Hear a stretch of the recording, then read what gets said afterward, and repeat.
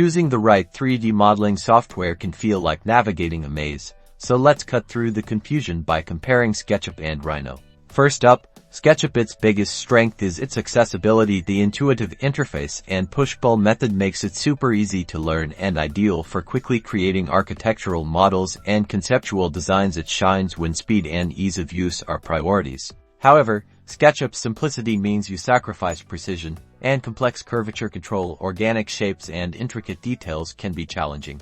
Now, let's talk Rhino. Known for its NURBS-based modeling, Rhino offers unparalleled precision and flexibility. This is where you go for complex curves, freeform surfaces, and highly detailed designs, essential for product design, jewelry, and advanced architectural forms. But Rhino's power comes at a cost. The interface can feel daunting to beginners, and mastering its advanced tools requires a steeper learning curve. So, which is best for you? If you value rapid prototyping and user-friendliness for architectural visualization, SketchUp is a great choice. But if you need precise control and the ability to create organic forms, Rhino is the tool to use. Ultimately, the best choice depends on the specific needs of your projects and your comfort level with each software.